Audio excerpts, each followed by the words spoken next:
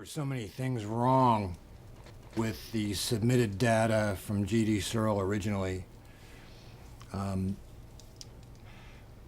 They had a monkey study, and in this monkey study, they were fed aspartame, and they were fed aspartame with milk.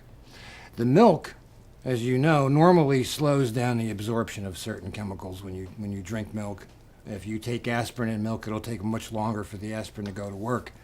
Well, even though the monkeys were drinking aspartame and milk, out of the 7 monkeys they had, I think 1 or 2 died and 4 or 5 had grand mal seizures. Now, these test results were not satisfactory to G.D. Searle. They weren't going to be able to show these to FDA, saying, hey, look, aspartame, even with milk, caused monkeys to have grand mal seizures. When we did our double-blind study here at this hospital, we had really a tragic situation which occurred, which I attributed directly to the aspartame. We needed volunteers. We looked at both patients, that is, people who had a history of mood disorder, and we needed some controls, that is, people without a history of mood disorder. One of the people that I used in the study was the administrator of our psychiatric unit, who was a PhD psychologist. And several days into this study, he had an emergency. He had an ophthalmologic emergency. That is, he had sudden bleeding in his eye and a detachment of his retina. He had to be rushed to Cleveland for emergency surgery. His eye could not be saved. He lost the vision in one eye. At the same time, we had another participant in the study, a nurse, who also had an episode of intraocular bleeding, that is, bleeding within her eye. So we had 2 people who, during the course of the study, had eye emergencies. The bottom line was, here is the most tested product additive in history, an additive. Now, additive's important because aspartame was approved as a GRAS, G-R-A-S, I mean, it's generally recognized as safe product. In which case, unlike drugs, if people have reactions to it, it does not have to be reported to the FDA. And what I found was really quite frightening, and that was that, yes, there were many, many studies in the literature which did attest to aspartame safety, but they were essentially all funded by the industry, either Searle, or the nutrisweet industry or the diet soft drink industry. These were the individuals who sponsored, paid for the studies. There were independent studies, but virtually all of the independent studies, that is, studies which were not funded by the industry, virtually all of them did identify one type of problem or another with aspartame. And so they got the test results they wanted by manipulating the method. This is not to say that aspartame was safe or that aspartame does not induce seizures, because it does. It's just to show you that the scientific data nowadays is unreliable. So how you design the study is going to have an impact on the results, and I think that many of the industry-sponsored studies were set up in such a way that the results could be predicted ahead of time and would be supportive of the safety of the product. Sounds great. We'll see you then. Thanks a lot. Bye-bye. There is no evidence at the present time that I'm aware of that aspartame in large amounts has a significant effect on brain chemistry.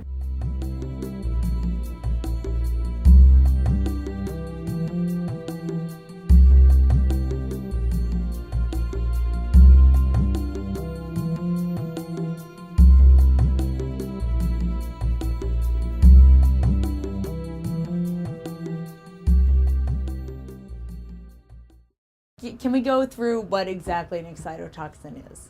Well, an excitotoxin, basically what it does, it's a normal transmitter in the brain. These are chemicals that allow brain cells to communicate.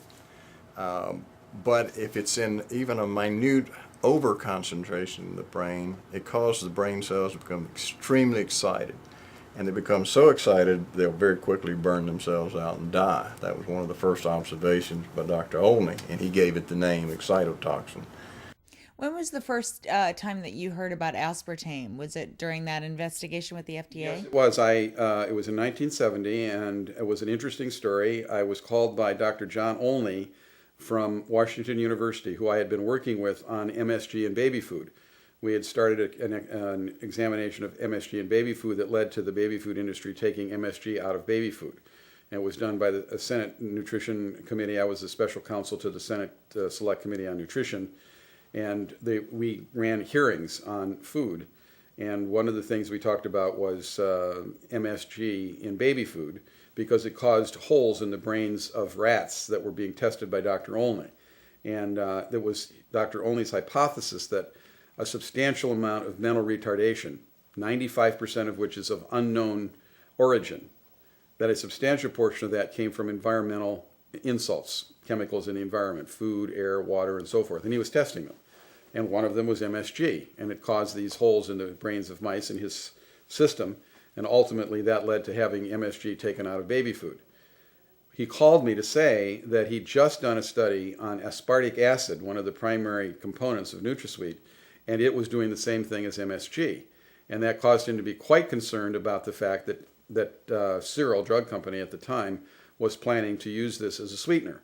But now, after years of retesting this, most authorities agree, there's no question, that feeding MSG to animals produces this brain damage. It's not questioned any longer, it's a fact. There's even good studies to show that if you feed the pregnant animals the MSG, their offspring has impaired brain function. And when you measure the neurochemical analysis of the brain of the animal, it's impaired all the way through the animal's youth up until adulthood, and they never quite recover from it. In one of the conferences which I addressed for the FDA a few years back, there was a study with MSG, monosodium glutamate, which is another excitotoxin. It's a neurotoxin problem. And we could not understand why, with the controls, had almost the same number of reactions as the people had given it. But it turned out that one of the presumably inert components in these capsules of products with MSG contained aspartame. So it really was, there was something that even the investigators did not realize was a component of the presumed placebo. The central mechanism that actually produces the destruction and damage to the brain is excitotoxicity. That's pretty well agreed upon now. The frightening thing is that we're adding tons of these excitotoxins to our food, either in the form of MSG or part of the aspartame molecule, which is aspartic acid, which is an excitotoxin. Can we talk about the blood-brain barrier and how it breaks down? Like hypoglycemia can be an example of that, and how excitotoxins can pass through that on occasion. Yeah, the blood-brain barrier is one of the big defenses that the industry always gives. They say, well, these things can't get through the blood-brain barrier. I did rather extensive research in this area, and what I discovered was that there are numerous conditions that we're all subjected to that cause a breakdown of the normal blood-brain barrier. Number one is aging. As we age, our blood-brain barrier begins to deteriorate. It becomes porous, so that anything we eat will pass through the blood into the brain. Alzheimer's disease, Parkinson's disease, all of these diseases are associated with the breakdown of the blood-brain barrier. Strokes, even silent strokes, produce a breakdown of the blood-brain barrier. Exposure to certain pesticides, herbicides will break down the blood-brain barrier.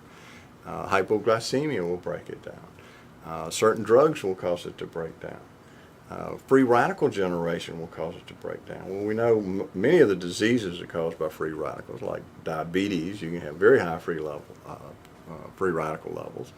Extreme exercise, you produce a lot of free radicals. All of this breaks down the blood-brain barrier.